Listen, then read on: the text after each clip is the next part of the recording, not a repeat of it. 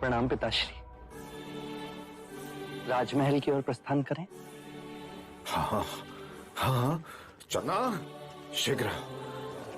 चलो पुत्र।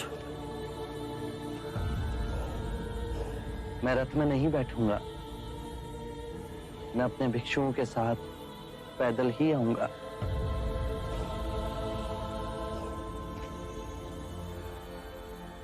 आओ पुत्र। कपिलवस्तु आने के पश्चात हमें लगा कि तुम सर्वप्रथम महल में आओगे, हमसे मिलोगे। तुम्हारी मां ने उत्साह में न जाने कितने व्यंजन बनाए तुम्हारे लिए।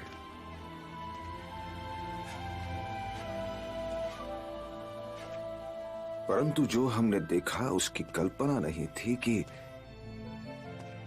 कपिलवस्तु का युवराज एक दरिद्री के झोपड़े में भिक्षा मांगते हुए हमें दिखाई दे।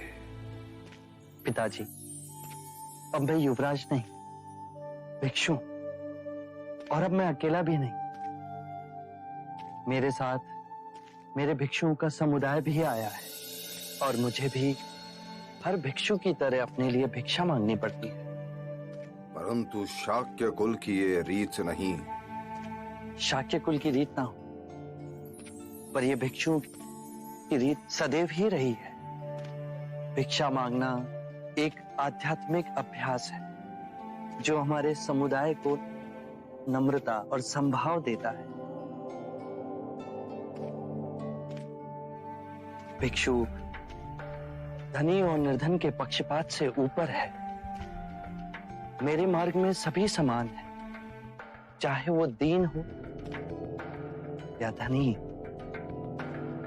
क्योंकि उन सभी में परम सत्य का द्वार खोलने का सामर्थ्य है, जिससे उनका ज्ञानोदय हो, उन्हें मुक्ति मिले। भिक्षा मांगने से हमारी गरिमा नहीं घटती, अपितु जो भिक्षा देता है उसका सामर्थ्य और मनोबल बढ़ता है। ये उसके लिए एक स्मरण साधन मात्र है कि केवल मुझ में नहीं, अपितु हर मनुष्य में वो गरिमा विद्यमान है। परंतु लोग तो उसे भिक्षा ही मानते हैं पुत्र। दोनों में बड़ा अंतर है। जो भीख मांगते हैं वो कार्य से जी चुराते हैं। अर्थात तुम भिक्षु लोग समग्र शक्ति इकट्ठा कर जन जन के लिए मोक्ष का मार्ग खोल रहे हो। जी पिताजी, भिक्षा मांगने से अहंकार का जो भाव हमारे अंतर में गांठ बांधे बैठा है वो टूट जाता है। भिक्षा देना भी उनके लिए उनके बुरे कृत्यों को समाप्त करने का एक मार्ग है। भले इसने तेरे क्षत्रिय कुल में जन्म लिया हो, पर रूप सन्यासी का लेकर आया है।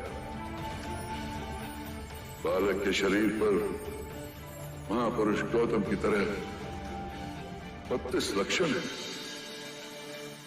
पिताश्री, मैं इस क्षण आपके समक्ष खड़ा हूं। आप बीती बातों में कहां खो गए? असित मुनि के भविष्यवाणी का स्मरण हो गया। काल चक्र को भेद असित मुनि ने जो भविष्यवाणी देखी वो देखने में मैं असमर्थ था,